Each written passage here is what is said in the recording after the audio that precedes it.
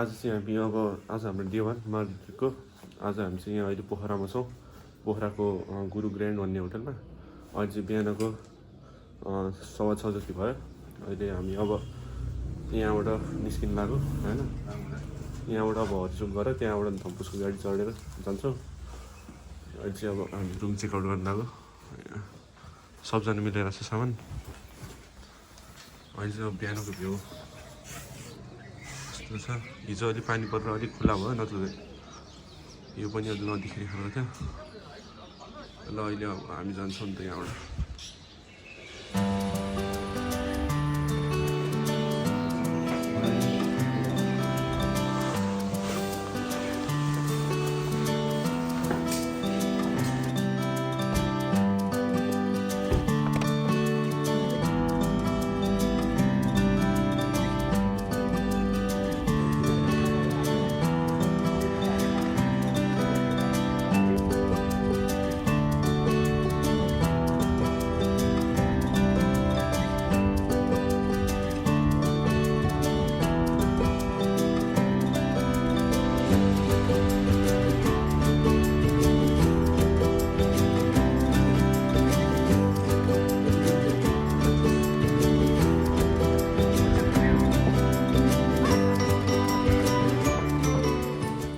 अहिले चाहिँ हामी यहाँ धम्पुस आइपुग्यो। अब यहाँ हामी यहाँ ट्याक्सीमा आएको छौँ धम्पुस। अब यहाँबाट चाहिँ बिहानको अहिले कति 8:30 जति भयो। अब यहाँ खाजा ब्रेकफास्ट खाएर अब माथितिर चढ्छौँ। अहिले चाहिँ यहाँ भ्यू यस्तो देखाएको छ। जोस् हिजो पानी परेर भएर चाहिँ अहिले भ्यू राम्रो देखाएको छ। त्यहाँको मान्छे आएको छ पहिला त्यहाँसम्म त नर्मलै गएर त्यसको लागि माथि त नर्मल हुँदैन। यहाँसम्म त आएको छ।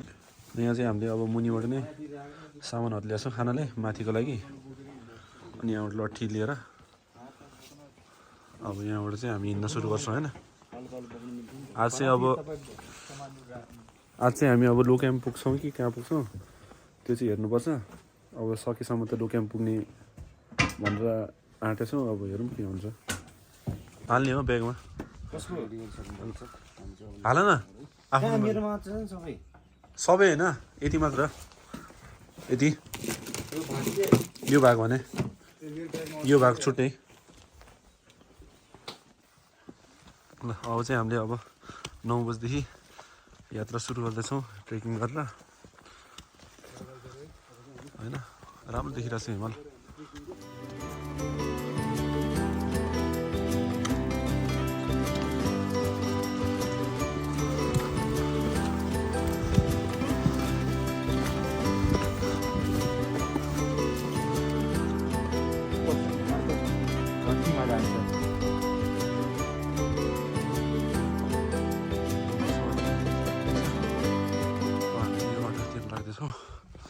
हामीले सुरु गरेर चाहिँ ट्रेक 20 मिनट भयो।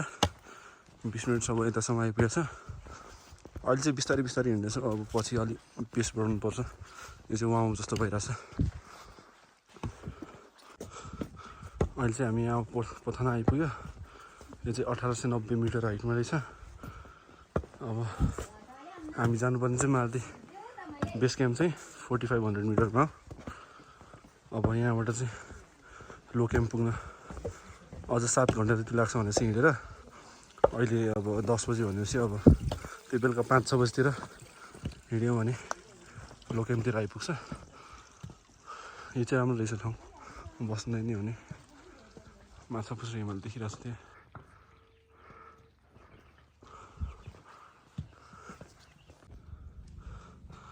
यहाँबाट चाहिँ हामी यो डाँडा हुँदै यता गएर यहाँबाट बेस क्याम्पतिर जाने जस्तो लागिरहेछ।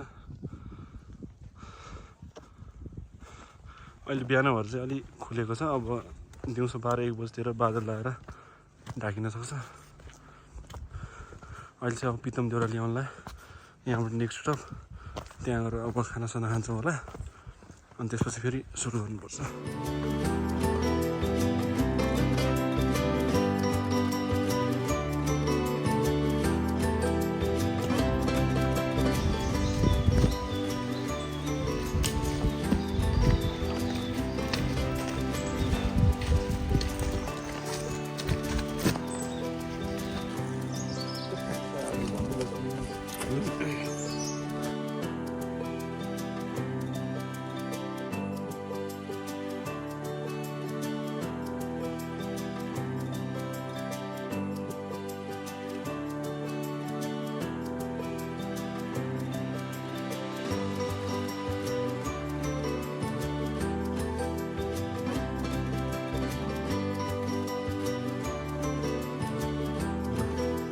भिडियो पनि बल्ल आइपुग्यो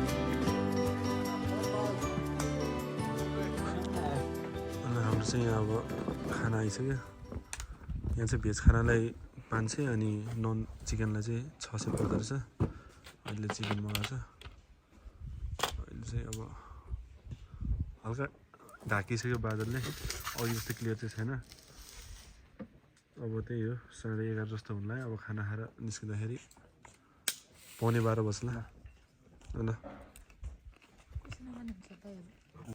गाइस अब चाहिँ हामी खाना खाएर निस्केका छौँ 12 बजिसक्यो हामी 10:30 मा खाना खानु बस्यो 1.5 घन्टा जति खाना खानु बसेका छौँ अबदेखि चाहिँ यो कुकुरले नि अब हामी पछि गर्दै आउँछ होला कहाँसम्म आउँछ अहिलेसम्म चाहिँ कोही एउटा टुरिस्टसँग आइरहेको थियो अब हामीसँग आउँछ यो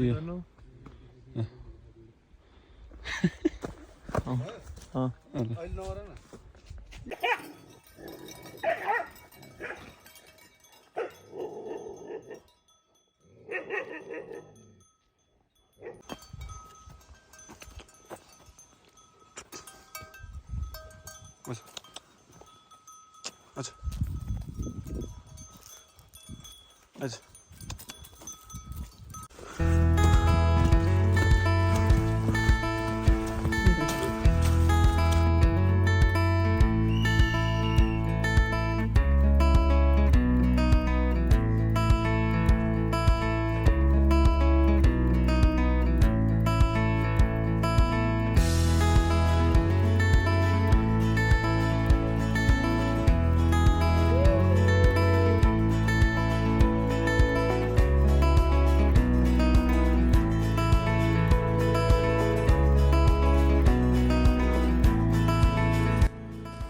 अहिले अलि माथि फरेस्ट क्याम्पतिर आइपुग्यौँ अब यहाँबाट फरेस्ट क्याम्प पुग्न अझ 1.5-2 घन्टा जति लाग्ने रहेछ यहाँ चाहिँ बाटोमा रुखहरूमा यस्तो साइनहरू हुने रहेछ हरेक रुखतिर यस्तो साइन भयो भने चाहिँ यो चिनाइदिएको रहेछ यहाँबाट जाने भनेर जस मुनिदेखि नै छ यस्तो साइनहरू चाहिँ माथि आयो भने यो बाटोहरू बिर्सिने काम बाटो झुकिने काम यस्तो चाहिँ नहुने रहेछ हरेक ठाउँमा लेख्दै हुन्छ यहाँबाट जाने त्यहाँ हुन्छ नि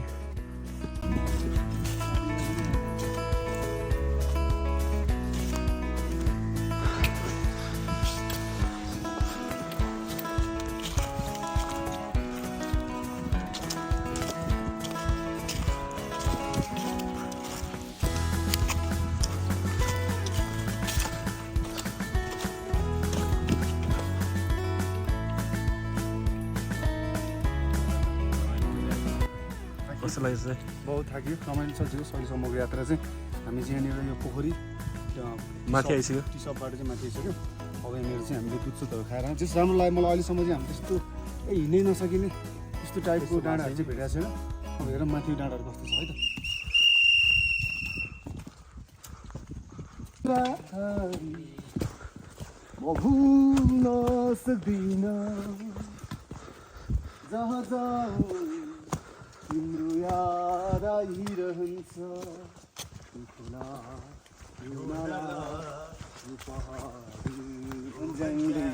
मलाई बोलाइरहन्छ मेरो नेपाल मेरो देश मलाई लाग्छ प्यारो मेरो देश मलाई टाढा हरियाली यहाँ आगने हरी लाली पाते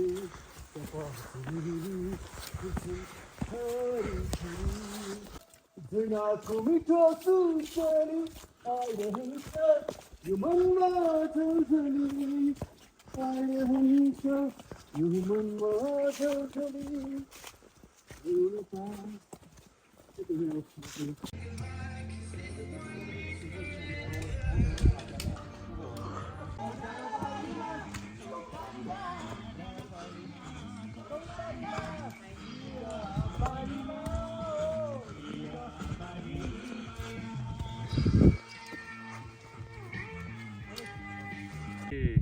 बाटो पनि कस्तो छ भन्दाखेरि यस्तो बाटो छ नि फेरि नर्मल गान्डु ठुलो त्यो समुद्रमा पाउनु ढुङ्गा हुन्छ नि चिक्दै त्यस्तो हालिदिएको छ क्या अनि त्यो हालेपछि त ब्रेक हान्दा पनि हुन्छ नि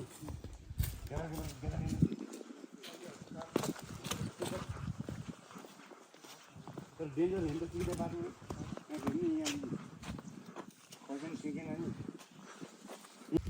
ल गाइस हामी चाहिँ अहिले यहाँ फरेस्ट क्याम्प आइपुग्यौँ अहिले चाहिँ 4 बजिसकेको छ अघि नै हामी खाना खाएर 12 बजी हिँडेको थियो अनि बिचमा एकछिन चिया खाना रुक्यो आधी घन्टा जति अनि अहिले अब फरेस्ट क्याम्प आइपुगेको छौँ फरेस्ट क्याम्पमा यस्तो छ अहिले चाहिँ हल्का हल्का पानी पर्नु सुरु गरेछ अब धेरै पानी पऱ्यो भने चाहिँ हामी यहीँ बस्छौँ होला नत्र चाहिँ लो क्याम्पतिर जाने भनेर सोचेको थियो अब पानी परेपछि के हुन्छ हेर्नुपर्छ अहिले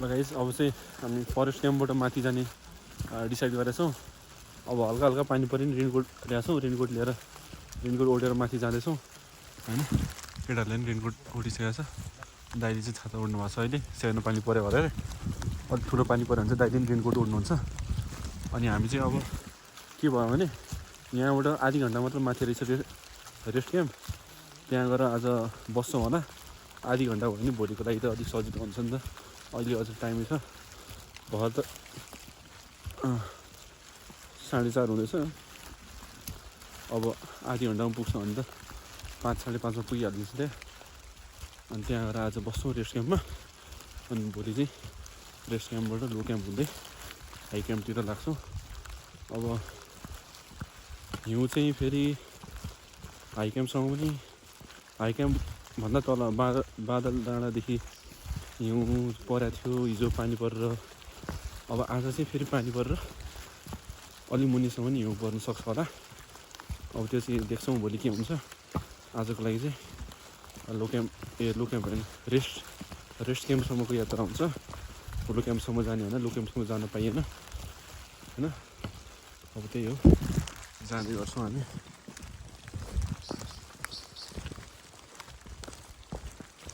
को हो यो दिवाकर हो कि अनिल हो ए ल हिँडे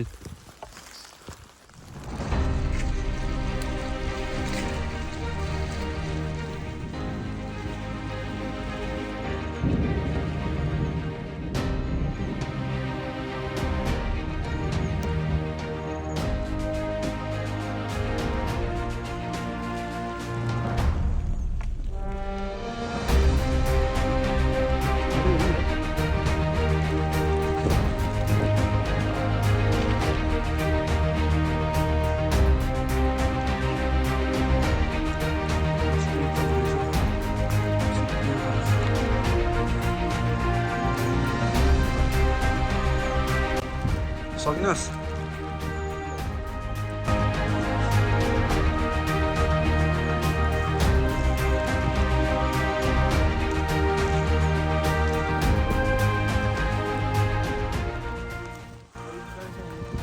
कतिको एडभेन्चर फिल भइरहेछ त कतिको एडभेन्चर फिल भइरहेछ